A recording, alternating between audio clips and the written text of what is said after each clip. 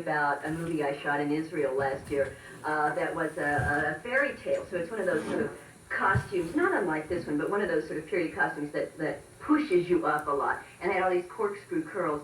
And so every day when they'd come back from the dailies, or they would have seen the dailies, and I'd say to the producers, you know, what do the guys in England think? You know, how are they liking the dailies? And then I would say, oh, they love your... And I'd say, great. So that's all they seemed very interested in, was the cleavage and how far they could see before I actually popped out. So did you ever pop out by mistake? No, I don't make those mistakes, Joan. No, it could happen. Like they push you up a little more. Yeah. With me, it'd be like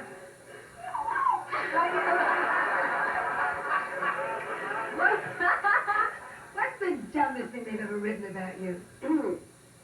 Oh, the dumbest thing. You did this. You did this to me. The dumbest thing they ever wrote is they had a big cover on one of the Scan magazines of my engagement to Boy George. And you did this. You did this. I remember the night in Spago, and Joan came in with George, and I was sitting at another table, and she said, oh, George wants to say hello. I come over to the table. She said, why don't you take George to lunch? Yes. I said, why? I said, George, you want to go to lunch? He says, I'd love to. So we go to lunch. I take him to the Bistro Gardens. I take him to the Dynasty set. I take him. He's a very nice young man, very sweet. And you had a lot to talk about. Yeah. Earrings, clothes, and all that. Yeah. He commented that he had on more eye makeup than I did.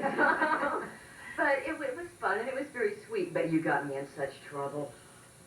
My mother believed it. Oh, come on. Your mother thought you were going out with Boy George? She knew I'd been to lunch with him. I mean, you never know what's going to happen with me, so... What is happening with you, by the way? Oh, all kinds of stuff. You know exactly what I'm talking about. Man-wise. Oh, don't give me worky.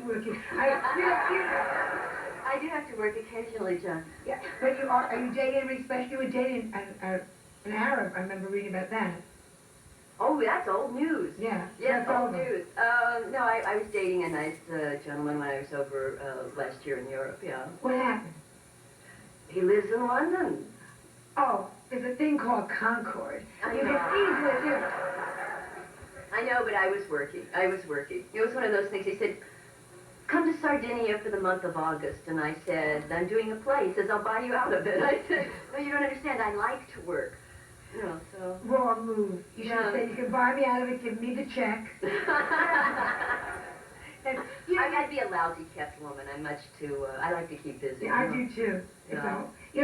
I said, they all know you're such a bitchy person on television, and you're such a sweet girl. You're not temperamental. She's here on time. What can I do if the staff loves you? Don't you think men are more temperamental, really? And you've worked with so many of them. Oh, God, have I worked with some? Yes, I have. Temperamental, yeah. I mean, you work with Mark Harmon, you work with Simon McCorkindale, you work with Larry Hagler, just on and on. I've been around forever, Joan. Forever. Who's been temperamental? Well, I mean, I don't like to name names or anything, but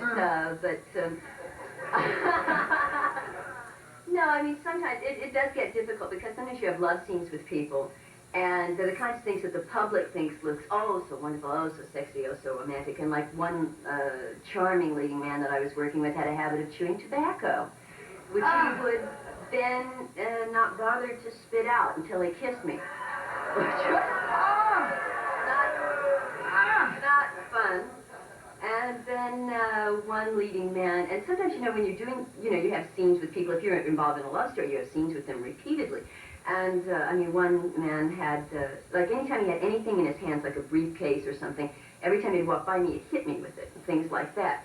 So by the end of the day, you're like, shell-shocked, trying to survive. And in one scene, I know, you know, having been around this long, you get involved sometimes in fight scenes and things like that.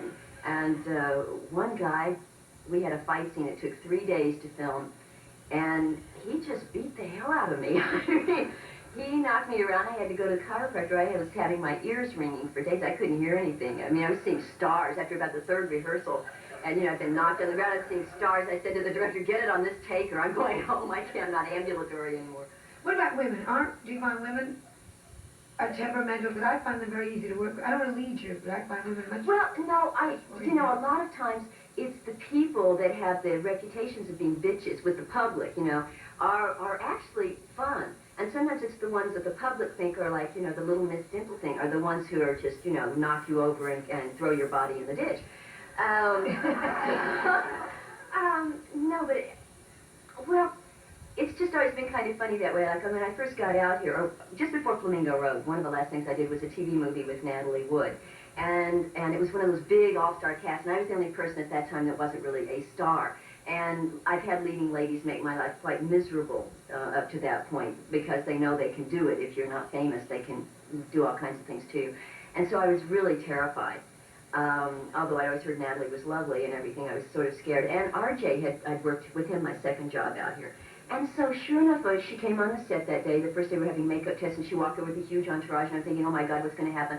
She just walked over to me and she said, oh, you must be more than Fairchild. RJ said, you're so funny and so nice, I'm sure we're going to be great friends. Isn't that nice? And we were, and she and Ronnie McDowell would invite me every day to go to lunch. And when you first get out here, it's like, that's the thing that happens, it's like being a new kid at school. You get lunch break, and all of a sudden everybody disappears and you're standing there by yourself and you don't even know where the commissary is. So you really appreciate it when people take time. How is John Houseman? Because he's in this thing you're doing now. Oh, John is a hoot. John is one.